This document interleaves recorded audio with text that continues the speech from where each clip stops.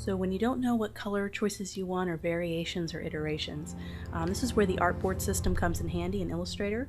So I'm just going to go to File, Document Setup, and go ahead and get my Edit Artboards. I'm going to go here and just create a couple of new artboard areas. And let's do 6. Now I'm going to go ahead and zoom out and go ahead and move these around to get the right layout.